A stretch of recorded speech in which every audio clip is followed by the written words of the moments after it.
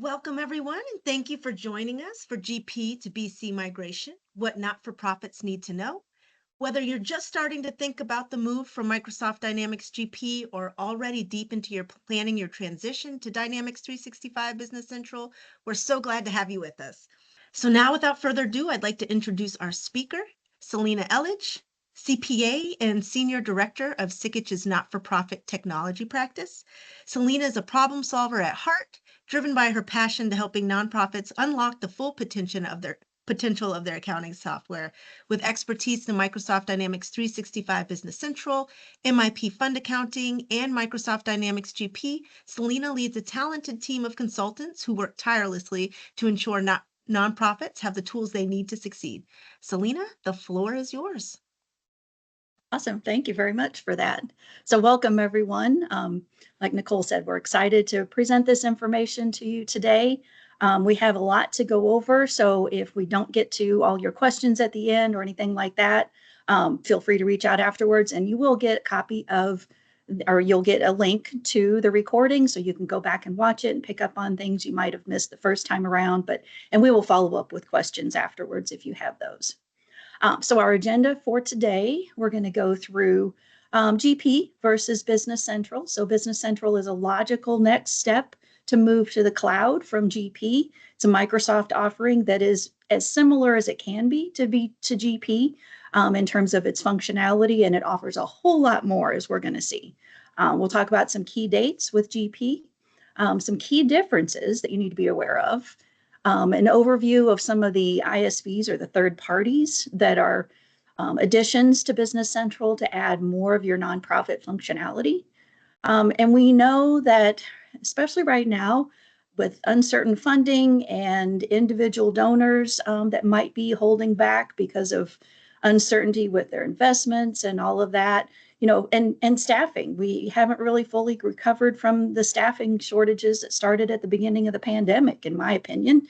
So you've got a lot of things that you have challenges with, and you still have to keep up with your mission, serve your communities, and all of that. So how can we help you, knowing that GP is also sunsetting and you've got to make a move sooner or later? So you've got to do something. How can we help manage all of those things together so that you can make that move, make it logically with your budget and timeline and all of that? So we'll talk about a phasing approach for your technology transformation with examples and different implementation methodologies. We'll talk about ways that you can migrate GP into Business Central and the risks of waiting. So what to consider in terms of your timeline between now and migration to whatever it is, if it's Business Central or something else. And then Q&A afterwards. Like I said, hope we'll have time for those. All right. And this next slide here has a lot about Sikich. Just to give you a little bit more of my background in relation to this, if you look at the map, you'll see all those dots all over the US. And we're actually outside the US too, but within the US, all those dots. When I started, I was an intern in 1990. We had 2 dots in Illinois. We had 10 partners. We had about 80 employees, 80 staff. And we were just a CPA firm. So I have a CPA background with taxes and audits. I did my first solo audit. It was a nonprofit. It was a single audit, and they used Quicken, not QuickBooks, but Quicken. So I had a lot to do with that one. And I think in looking back and preparing this presentation and looking back and thinking, gosh, where did I start? That was probably the seed that was planted in me that said, hey, we need to find a way to help our nonprofit clients with accounting software. So something that's appropriate, something that's affordable, something that's scalable, and something that's manageable and productive for them to use. So I think that's where it all started. And here we are today. So this is where Sikich is. We offer a lot of services, and our nonprofit clients use us in many of those areas, like cybersecurity consulting and pen testing, AI consulting. So AI, just like cloud was kind of the new term a while ago and everybody's going to the cloud, AI is transforming the way we do business, and will be incorporated in all that we do pretty soon here in all different ways. internal control reviews, helping strengthen internal controls, updating cost allocation plans, working with indirect cost rates, helping with that. So there are a lot of ways that we can help other than just the ERP system. All right, and with that, so we're going to start out talking about GP versus Business Central, give you a little bit of a sense of what some of the differences are. And we'll first look at this timeline.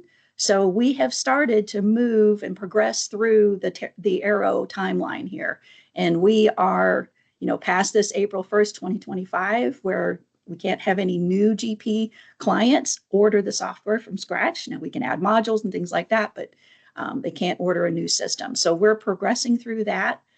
December 31st, 29 is the up-to-date latest date that Microsoft has provided for when they're going to stop support for mainstream supported GP, and they'll provide their last updates for taxes. So if you run payroll, it'll be the last payroll tax update for the end of that year going into the next year to do your W-2s and your 1099s for vendors.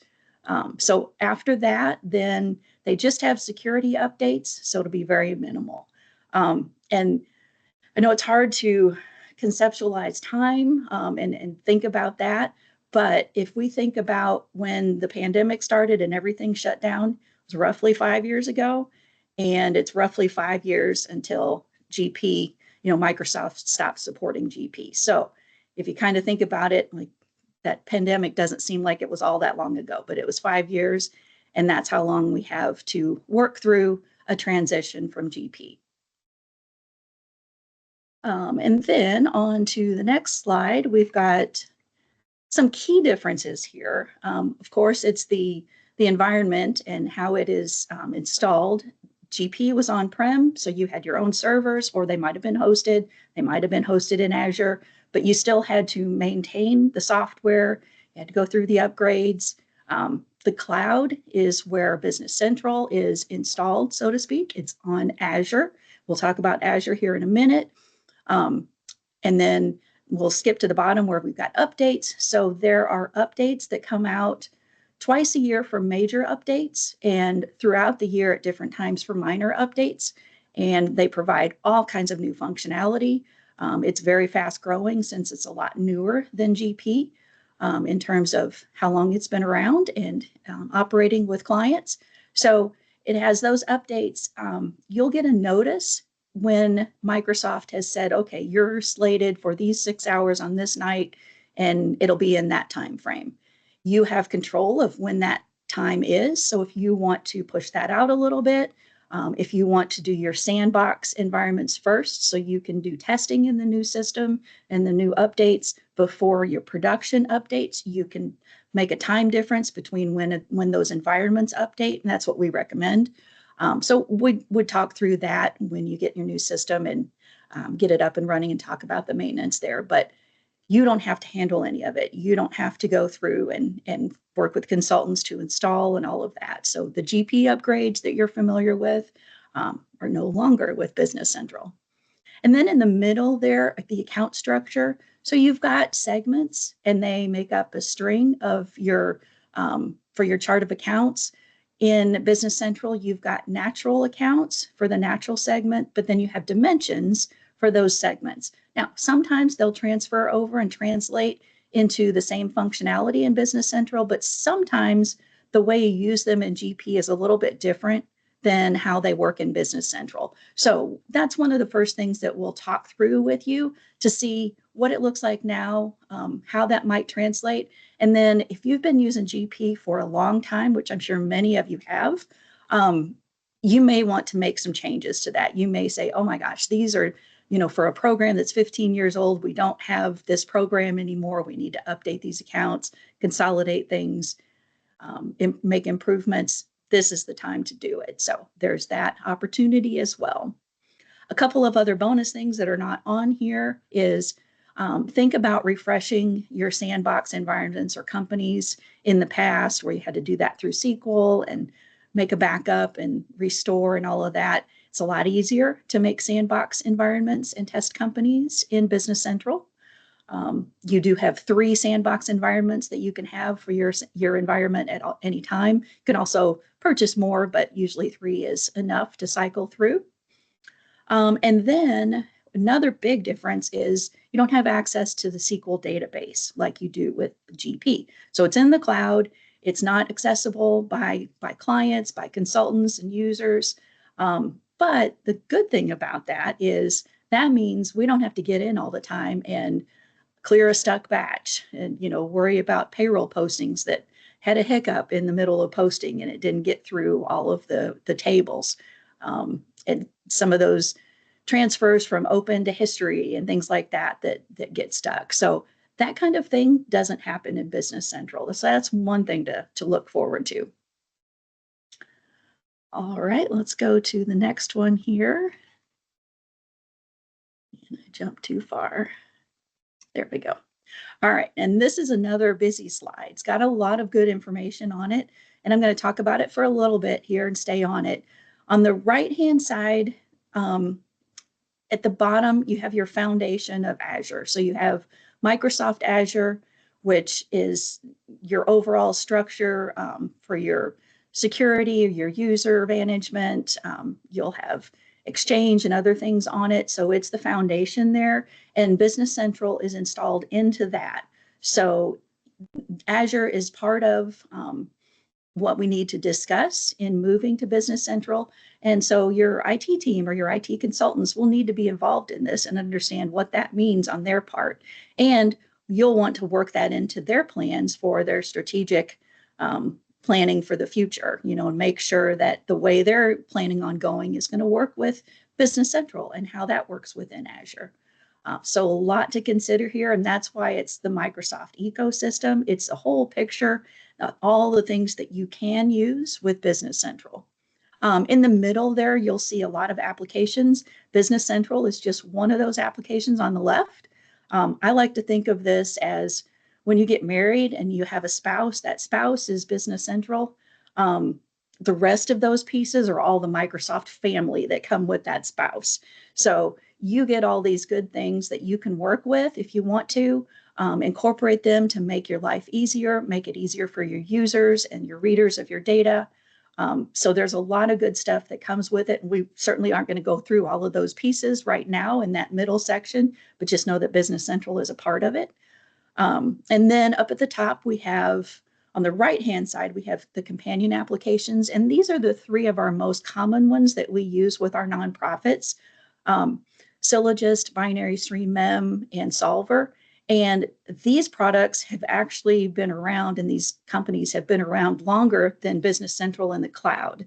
So they've worked with other solutions in the past, whether it's GP, whether it's Microsoft Nav, or other systems. And so they've been around. They have, maintained the system along with the growth of GP or Nav or whatever other system it is. So they're set and ready to grow with Business Central. And I'll talk a little bit more about them on another slide too.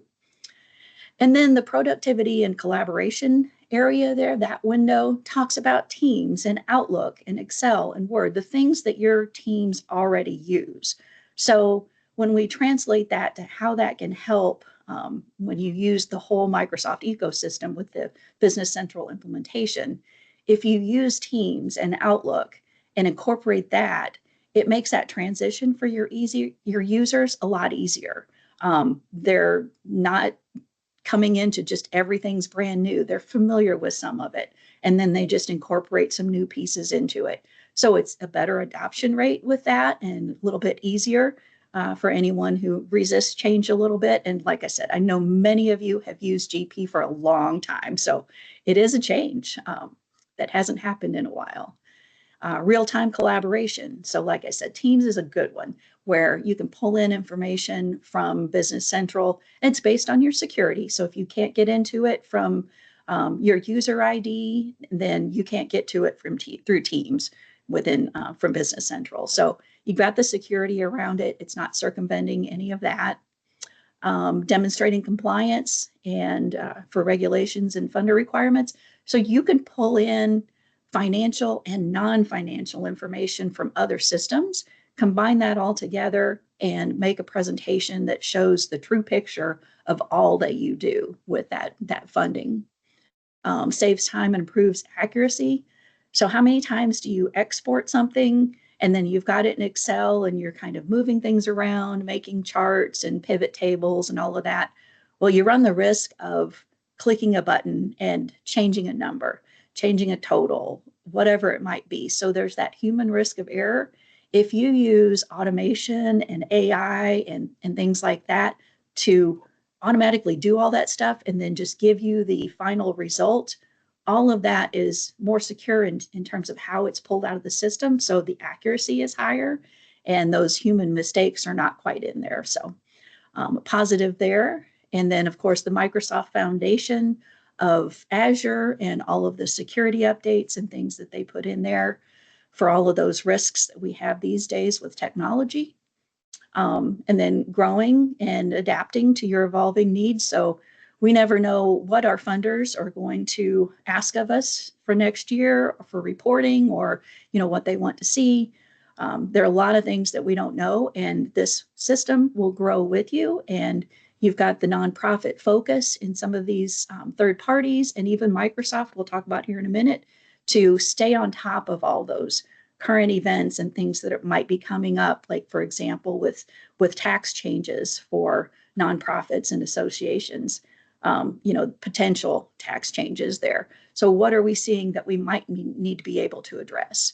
And that leads into the last one, which if you're working on your email, you're looking at a Teams message or something, pay attention here. This is a big thing. So Microsoft has an area called Tech for Social Impact. They have about over 300 actually now, employees in this division that just focuses on all things that they can help for nonprofits. They work with, let's see, there are 26 of us now in terms of partners in North America that they work directly with. And so what we have the opportunity to do is meet with them on a regular basis, provide our feedback, what we're seeing with our clients, what we would like the software to do that it doesn't do. So we can take your feedback and give it directly to Microsoft. And they have devoted, so many people, so much resource in terms of dollars and the technology that they're doing to help you nonprofits. So they understand what you need to do and the challenges that you're faced with trying to accomplish those missions. And they want to help. So this is huge. And there are also some discounts that go along with this as well. So there's a lot that they want to do to help. And we're a part of that. And we're kind of the liaison between our clients and Microsoft in that fashion. And I'm very open to giving them suggestions on some things that could be better with systems. I've always done that and appreciated when manufacturers have given me the opportunity to do that. So I'm your voice as well. And so that's a big thing. Just remember TSI or Tech for Social Impact. Let's see if there's anything else that I wanted to say on that one. Oh, okay, I think that one's good. All right, and one of the things I mentioned are discounts, and I believe that this is for primarily 501c3s. So if you're not a 501c3, you don't qualify for this one, but there are other things that you might qualify for. But this one is 60% off licensing. So the discounted price is listed there, and underneath that is the list price, the full price for anybody who's not 501c3. So again, Microsoft wants to help, and they know that there's a big need here. There are different types of licenses. Most of our users are going to be essentials, and then you can have team member licenses, which allow some people to come in and go through a workflow approval and approve things and review invoices and that, or run reports on their own. Maybe it's budget managers or department managers. So those are less expensive users, and then they're premium for more functionality within the system, but generally it's essentials. And they are named users. So every individual in your organization who needs to get in the system will have a license. All right. Okay, and let's talk back about those third parties that I mentioned earlier. So another difference and something to compare with GP and Business Central. GP, if you use the interfund functionality within in the system, you got what I call as light fund accounting.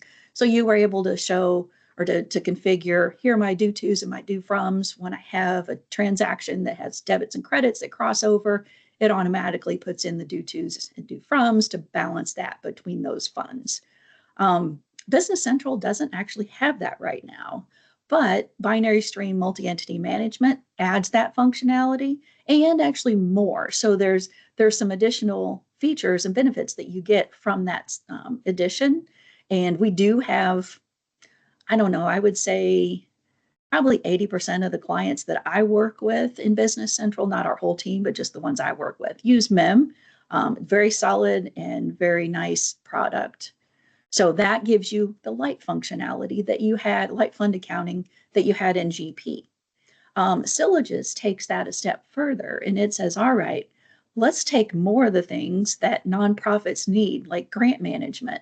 So the grant writing and through the approvals and all of that, advanced budgeting and allocations, complex allocations. Business Central gives you some, but then this just takes it to the next level. So, when we're talking about is Business Central a good fit for your organization, we'll look at these requirements with you and see if one of these things will meet those needs. And maybe you don't need any, maybe you need two or three of these. They do work together in different ways. And so it's not just one or another. For example, Solver works with both of them. So Solver has advanced budgeting, a really nice budgeting tool that allows your budget participants, so your managers and department heads, to start with the budget, look at last year's actual and budget, drill into it to see what things are in there so they can prepare the current year budget, goes through review steps and approvals with deadlines, and then combines it all for the overall budget.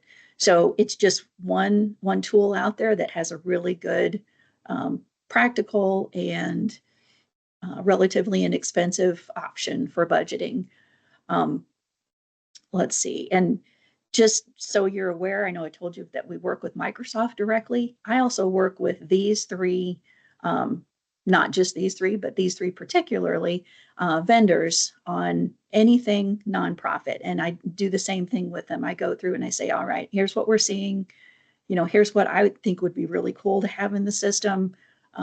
Here's a gap and how can we work together to fill this? Or here's a new requirement that's coming out that our nonprofit clients are going to need to fulfill. How do we deal with that? And we brainstorm. I work with their developers. I have a call actually on Monday with one of the developers of one of these groups to go over them showing me what they've approved to implement that I provided. So it's really collaborative. It's not like these are just add-ons from vendors that we've never worked with before. There are a lot of apps out there for Business Central. It's like going to your phone and going to the App Store and seeing a ton of things. Anybody and everybody can do a lot of these things, but these three are, well vetted. They've been around. We're working with them. It's a really good relationship that we have with them. So like I said, it's not just an add-on piece that we're saying, hey, try this and we'll see if it'll work and you're on your own. No, it's very collaborative. All right. And then, like I said, we know that you don't have a lot of funds, or not a lot. You don't have an abundance of funds. You don't have unlimited staffing and time and all of that. So how do we make this change work with your specific organization? So a key point here is whatever we come up with, we want to build it knowing that you need to grow and that you're going to have new things that you need to add in the future. We don't know what those are right now, but we need to plan as best we can to um, have those be scalable in the future. So with this slide here that we're going through, this is kind of an idea of what you could do as a transformation that's just a phased approach with building blocks. The bottom, the lay foundation piece of it, we need to really understand the big picture. So this is where we need to have everybody in the room with a different perspective from your organization, whether it's your users and operational team, whether it's your IT team, your executive management, your accounting staff, HR, payroll, need to have perspectives from all of these to understand how it's all going to work together so that we know what to start with. Because let me give you an example with Solver. So Solver, for example, is a budget and reporting tool. There are other tools out there for reporting that don't have budgeting. So let's say you go with one of those reporting tools that doesn't have budgeting. And then 2 years from now, you're like, okay, we're good with our accounting and our reporting. We want to transform our budget cycle and we're going to implement a new solution for that. What should we implement? Well, maybe solver budgeting is the answer for that. Well, now you've got another reporting tool. You've got solver reporting. Do you keep the other reporting tool and use them both? Do you scrap the other reporting tool that you just spent money on purchasing and getting users up to speed with training and all of that? So we need to understand that now because there are some decisions for the future that have an impact on what you do today. And another thing is MEM, for example, that binary stream multi-entity management that we can use for fund accounting. If you don't have the need for it today, but maybe 6 months from now, you're going to bring in another organization and merge together and they've got funds and you've got the need for it. It's better to go ahead and implement it now just with the one fund and then know that you can add on to it because it's easier to do that just for 6 months even rather than adding it after the fact. So those are just a couple of examples where we really need to find out the big picture and understand where you want to be a year from now, 2 years from now, 5 years from now. And again, we know there's no crystal ball, so it's all just our guess and speculative on that. Let's see. So then what are some things that you can do to start planning for this? So if we continue there, Nicole, I think if you just get all the questions on the screen, there we go, perfect. Got a few questions here that you can start with. And again, this is just a start. We have a whole lot of questions that we would go over in a discussion, but what are you currently using now? And is anything integrated? Do you have third-party systems that are integrated or not integrated? And do you want them to be? What are your top priorities for improvements?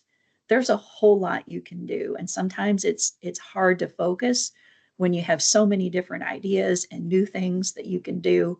But what you need to do as an organization is come up with those handful of priorities for your improvement so that throughout an implementation and a whole transformation period in multiple years, you're staying focused on that and you're not getting sidetracked to pull you away from those priorities. What functionality is required for your initial phase? So if you do phase your approach, what do you have to have day one? Can you stick with your budgeting solution that you have now and just get your financial, fund accounting, your AP checks and EFTs and all of that? Or do you need that budgeting piece? Is that part of what you need for phase one? Do you need an integration from your payroll system in phase one? So we'll help you go through and determine what that foundation layer looks like. And then how will moving to the cloud solutions change your technology support needs? So again, different environment completely from on-prem to cloud, different technology, there's a whole different way of thinking. So we can talk to you about that and make sure that everybody's on board in terms of what that's going to look like. And then a big one here too is what is your timeline for each phase? And does that align with the budget over those time periods? So we want to make sure that this works. And hold on just 1 minute. I've got to cough.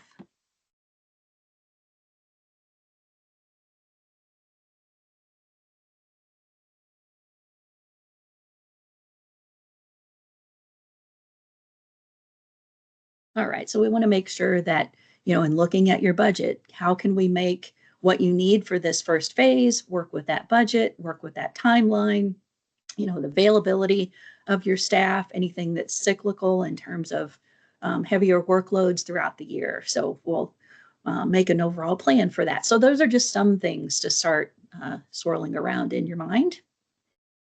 I think that's all for that one.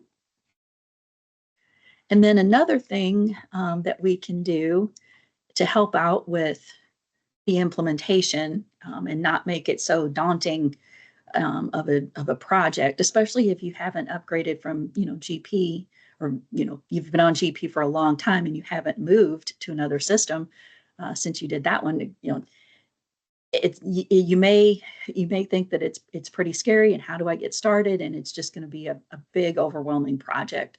So we have two different options for our implementations. We have a Head Start approach and a traditional approach. So our Head Start approach helps with that. Just take a smaller bite up front, and then we'll do pieces over time. So it has an accelerated timeline, minimal disruption. There is going to be some. We're going to take time to have you help us understand some things, have you help us confirm that the solution is good before we do training. Then we have training, and then your team will test, and your team will go through on their own and do transactions and pretend they're doing the same thing they do in GP in Business Central. So there is a time commitment, but it's an accelerated timeline, lower initial investment. So it's, like I said, take just pieces off, take a smaller bite, and that's all you start with. Minimize change. So what we try to do here is take the functionality you have in GP and mirror that as best we can in Business Central. There are differences, of course, so everything is not exactly the same. But we try to make that as minimal of a change as possible. So that way your users, have a smaller learning curve and a lower time to transition and update their skills in the new system. We still have a high-level strategic plan. On that previous slide, I talked about how we have to understand the big picture. We have to understand as much as we can about the future that you envision. So we still have a strategic level, a high-level strategic planning, and then we want to set that foundation for future transformation. So whatever it is that we help you come up with for your plan, we want it to be able to grow with you. And so that picture up at the top is like the balance. The left side is maybe the traditional one, so the whole ball of wax at one time. And then on the right hand, we balance some different things in different levels and different pieces. So that's kind of the Head Start approach. And then we have our traditional one, which gets more into process changes and really taking an advantage of all that Business Central has to offer and all the family of Microsoft that comes with it. So we look at what you do now, talk through that, hear what you want to have in terms of changes that you envision. We give you concept classes that go through Business Central functionality to show you what you can get just out of the box. And then we talk about how you can just add to that and incorporate what you want to do with that. And that may give you some new ideas too, and say, well, I never thought about doing it that way. That's probably better than what we do. So a lot of collaboration there, a lot of brainstorming and sharing. And we bring our years of experience with the solutions, both Business Central and GP. And I didn't tell you earlier, but I've been working with GP for coming up on 19 years now. So got the GP experience as well. So I kind of understand the mindset that it's going to take to transfer from GP into Business Central in terms of the functionality. We do a little bit deeper dive into your strategic planning with you. And then again, both of these options are going to set that foundation for your future transformation. So that's not missing from either of these options, but the one is a more balanced approach and the other one is that picture of the sky's the limit type of thing. So, and you can still have phases in both of these. So don't think that the Head Start's the only one where you take a bite-sized piece and do a phase. The traditional one, you can do phases as well. It's just that first chunk, maybe a little bit bigger. All right.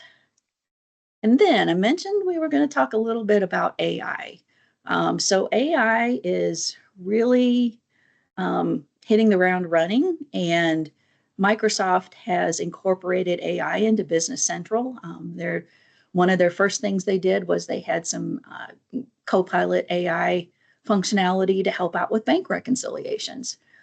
So now they're adding more, and there's a lot in there, but that's just one of the bigger ones. They're adding more around sales invoices and purchase orders with AP invoices, automating some of that process, matching things in the system. A project that we've worked with one of our clients is to help when vendors email in and say, hey, I've got this invoice. Um, are you showing that it's paid yet? And so it'll go into the system, look at that, and help out with providing that response so that somebody doesn't have to click around and find that. It'll gather all the information. Another one is ACH customer payments coming in from the bank and matching those with the invoices that are in the system. There are challenges with some of these because, with AI, because there's text data, there's PDF or image data, and trying to read that like OCR type reading and understanding what data is in that image or that PDF file or something. There are a lot of challenges around this. So it's definitely just a starting point with some of these, but it's gonna grow pretty quickly, and Microsoft is invested with it, and specifically for practical ways that nonprofits can use it. So um, more to come on how those, some use cases there, but I've put a few in the slide here. You can look at these again when you go back. You could take a screenshot here, but just some examples of how we can use AI today even. And we have a team that works with our clients to brainstorm these ideas, understand how they can work, and enact and get them activated in the system and all of that. So my challenge to all of you is to put on that AI thinking cap and just keep it on as you go through your activities for each day and say, I wish there was a way to make this more efficient. I don't need to click around and find this. The data's there. How can AI help me? And one thing that I do, just as an example of something I do every day with AI, is we have to do timesheets and fill in what we did for certain increments of time each day. And when I fill out my timesheet, I will use AI and say, okay, pull all the emails that I wrote and sent, all the emails I read, all the documents that I opened and read and edited, all the texts, chats that I did through Teams, all my meetings during the day, my phone calls, who I called, how long, and summarize all of that. And so it helped me make sure that I don't have any gaps during the day. And it pulls from all of those different places. So it's really, you just have to be creative about how you want to use it. So that's why I said, keep that thinking cap on and just think about it throughout your day with everything you do. All right, and then let's talk about the migration options that we have with Business Central and going from GP. So we have access to an assessment tool, migration assessment tool, and we're one of only, I think, 2 or 3 partners that use this tool and have it available for us. And it, for all of our GP prospects, all of our clients who are thinking about BC, or anyone who comes to us who uses GP and is looking at BC, um, we run this assessment tool. It's a quick thing to run, takes us about a half an hour if you know your SA password or can get it.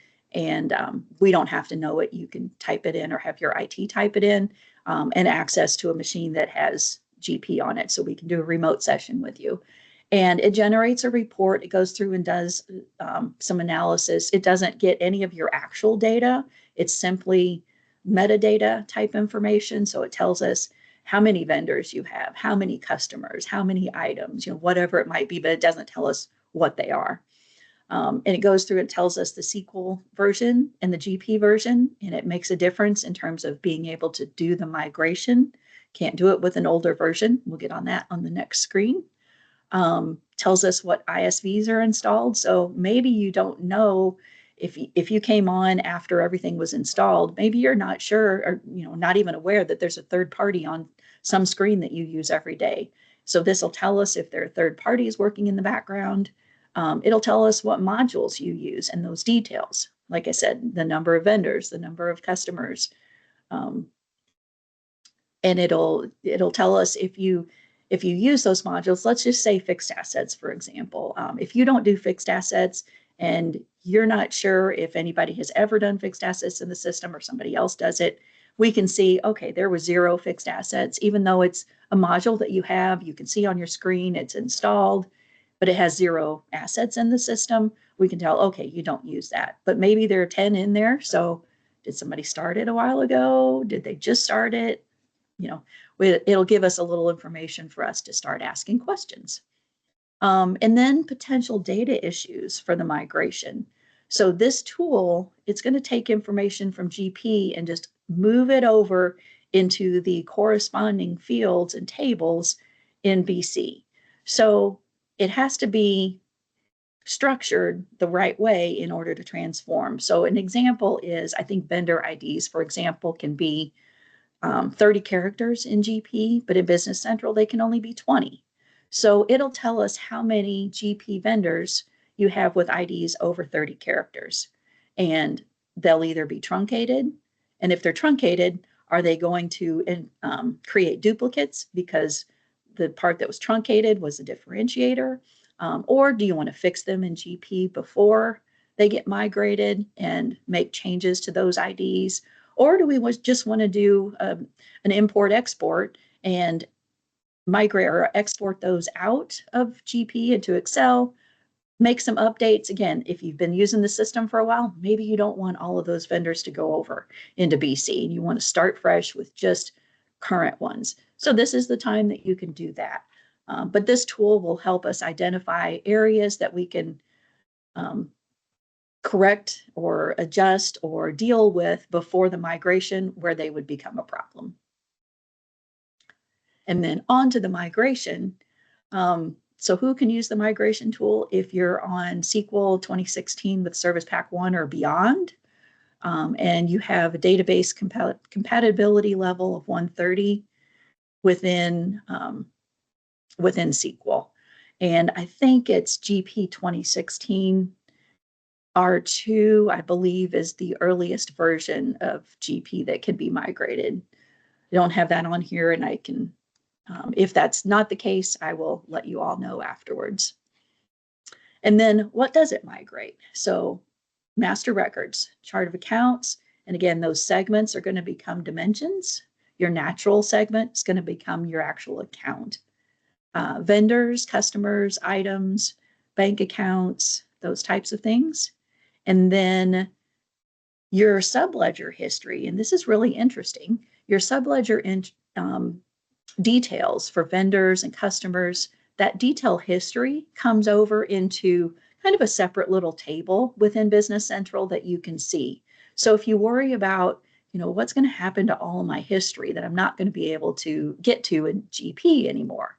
Well, GP is not going to go away. So maybe you can still get into it that way, but all that information is going to copy over into what's kind of like a smart list in Business Central where you can just see that data in a table. Now you can't go into a vendor and click into the vendor, do like vendor inquiry and see those transactions in Business Central. You'll see only Business Central transactions there. You won't see the old GP ones. So it is in a separate place, but it's still something you can get to, and you can get to it with reporting tools. So that may be an easier way to work with it too. You'll get net change summary balances for your GL for a period going back as far as you designate. So if you've got 20 years of GP history, maybe you only want 7 or 10 to come over into BC. You can set that, and it'll do summary by month. It'll bring over your open AP, open AR, and your bank transactions, your open bank transactions at your cutover. So it does a lot of that migration and import export stuff for us. All right. And then the risk of waiting. So we know the right-hand side, the part about acting now. We know all the cool things that you'll be able to do more efficiently, more productively. But the left-hand side here are some of the risks of waiting. So you've got those GP upgrades that you may need to do if you're running payroll, for example, and you've got to do that payroll update every year. The cost of maintaining your servers and SQL, getting that up to date. Um, the productivity, just the slowness and the not having everything collaborative in terms of using it efficiently and effectively with other team members. The security risks. So older software and the older environments have maybe some of those security gaps. And so the new technology and the cloud and Microsoft keeping up in that will help with that. And then just overall reporting and showing, everything that your organization does to the world and, to your funders, to your employees, to your donors, whoever it might be, and then also to others where you might want to be getting more funding from, showing them the impact that you have, being able to do that with all of the resources in the new cloud version and all of that Microsoft family. There's just so much more to do it more quickly and more accurately and just more completely. Another big thing on here, though, is that the longer you go, the closer you get towards that deadline. And having other users wait until closer to that deadline. There are going to be a bunch of GP users who all need to upgrade and migrate, sorry, not upgrade, but migrate at the last minute. So the consultants are going to be booked, the timelines are going to be booked, and there isn't going to be flexibility in the timeline in case something happens, like you've got another project that comes in or somebody gets sick or whatever it might be that causes a delay. So you've got more control now over it than later on. You're going to be kind of backed in a corner and you're going to be there with a lot of other users. So we at least think about the planning, get that rolling so that you've got an understanding of that timeline. I mean, we've talked with clients who aren't going to go live until 2028, but they're planning with us now, and that helps everything work to get to that point. Because if you're not on Microsoft Azure right now, that'll have to happen first, and there are things that will take time in getting that up and running and getting that foundation set first. So implementing BC may not be the start of this whole plan. So keep all of that in mind, and that's kind of, in my mind, the big risk of waiting. And then, so now you're thinking, all right, how do we get started? And really, it's just that little starting point, and then we'll help you. And it's not overwhelming or as overwhelming without help. So it's kind of like Nicole and I working on this presentation and everything. I mean, we worked on it together, so it wasn't so overwhelming for me to do content and do all of the images and make it look all pretty and all of this stuff. We worked together, and it's not overwhelming at all. So start with a 30-minute meeting with us to just kind of understand what you're thinking. Just give us some ideas, and then we'll talk about next steps. We'll go through the next meeting and do some brainstorming, really help you define what those goals are, understand what you're thinking, and put those into some organization. And then we'll work on creating a plan together. So that strategic plan, whether it's at a high level or whether it's in more depth, that's that create a plan. You can take that to your board and say, hey, look, here's our overall plan, what we're thinking, what it's going to take for budget for each cycle. And, we've got this down. Here's where we're going to be at each stage. And then accessing those benefits from Microsoft and the third parties, and even Sikich. We've got discounts as well that we offer our nonprofits. So it's learning about those and matching what's available to what your needs are. And those, so, they're until available. They're whatever they're called until till sold out type of thing. So that the funds are not going to be around forever. And the closer we do them to today when we know they're available, the better off you are. So that's another disadvantage for waiting.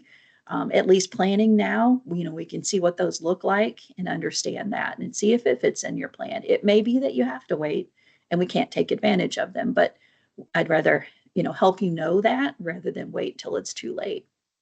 So if you haven't already, go ahead and drop your questions in the chat. Selena's ready to answer questions, and we do have one right now. So what's the average timeline for the conversion from start to finish if you're looking at really core financial? Perfect. Yeah. Yeah. So that's a great question. And of course, it does vary a little bit. So take this with a grain of salt. But if we're looking at a Head Start implementation, we're looking at about 3 to 4 months. And that might be what you're talking about with core financials. If we're looking at something that's a little more encompassing with more of the fund accounting and the grant management and all of that, and really a deeper dive into that solution design up front and not just taking what you have and moving it, might be 6 to 8 months. It might be, a longer timeline like that. And really, when we get to it, generally 2 to 4 months when we're to the point where we're going to train you. And once we do that, then it's on your team in terms of their comfort level. So we never want to rush things so that users are not ready to go live. We have a sign off that makes sure that our users are ready to go live, they're comfortable. I relate it to sitting in the exit row. You've got to say yes, nod your head, that you're comfortable opening that door and helping everybody out. So it's the same thing. Are you ready to go live and to do your activities on day one? And so that's what we want the goal to be. And sometimes clients need more time.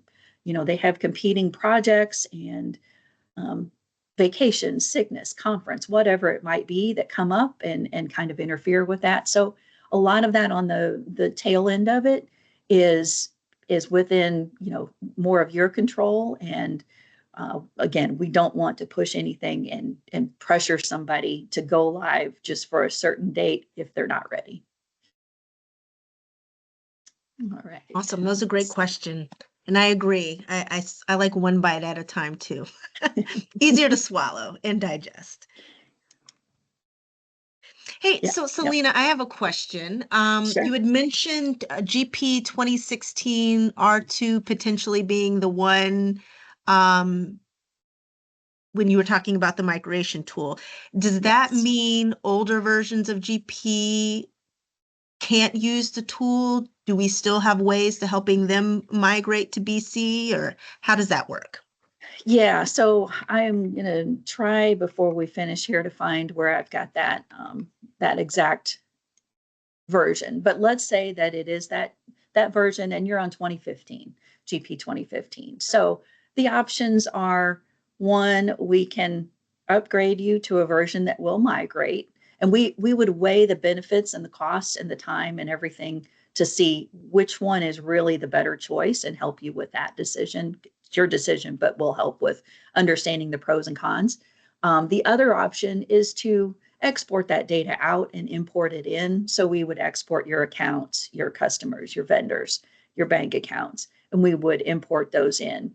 And you may want to do that anyway because you may want to clean up everything in your system. It may be that you've got years and years of data and different people entering that data at different times. And so you may want to take advantage of that option anyway. So those are the two ways that we can deal with an older version.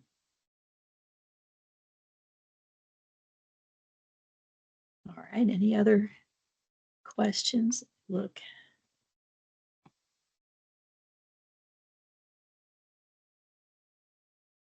So Bernard asked, are the licensing costs applicable with the add-ons as well, or do they add to the cost? So the add-ons, those three that I mentioned, and then any of the others out there, they are additional costs. Some of them do have nonprofit discounts that they apply. So some of them are discounted, some of them are not, but they do add to the cost. So that license cost, that slide is only for the Business Central piece. Good question. Does the core module have reporting? So I'm assuming the core module being Business Central in and of itself. Yes, so there is reporting throughout the system in each module, kind of like, you know, how you have different reports that are available within the different modules of GP. So you have a financial statement area. You've got a lot of your reporting and inquiry windows that you're used to in GP.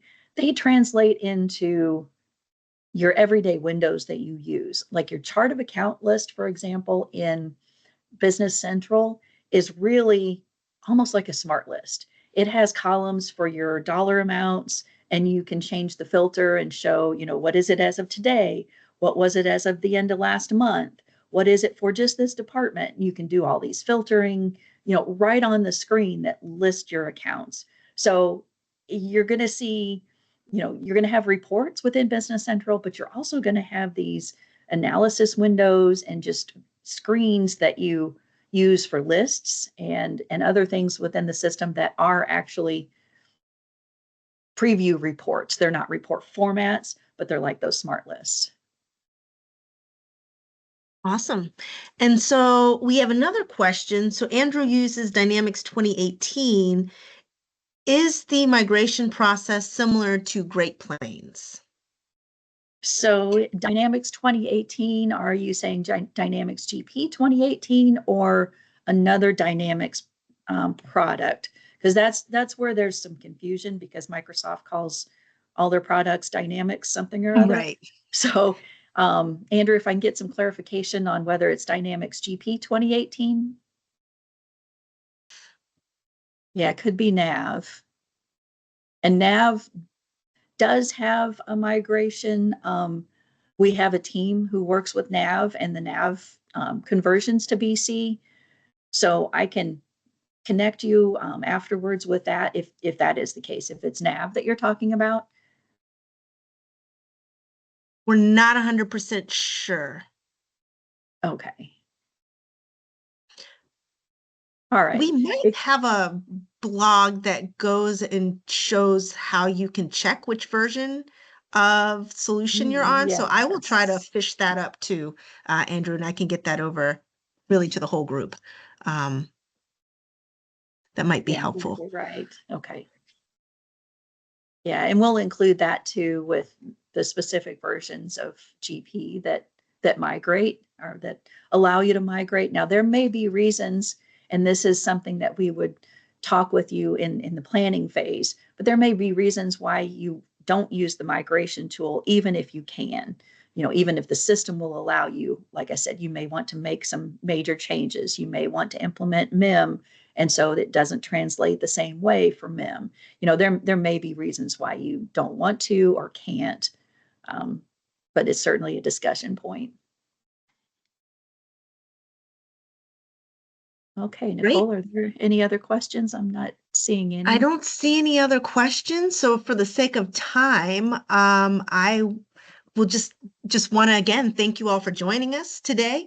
And so we do hope you found the session informative as you're doing your transition and you're thinking about migrating to Business Central. And I think most importantly, just want you all to walk away with that, you know, remember, you're not alone in this. There's hundreds of organizations that are making this move, and we are here to help support you along the way. So whether you want to explore the migration assessment tool, learn about phasing your implementation options or approach, or even understanding how to put AI in the Microsoft ecosystem to work for your organization today, we're definitely here to help. So thanks again, and we hope to connect with you soon. Have a great day. Thank you, everyone.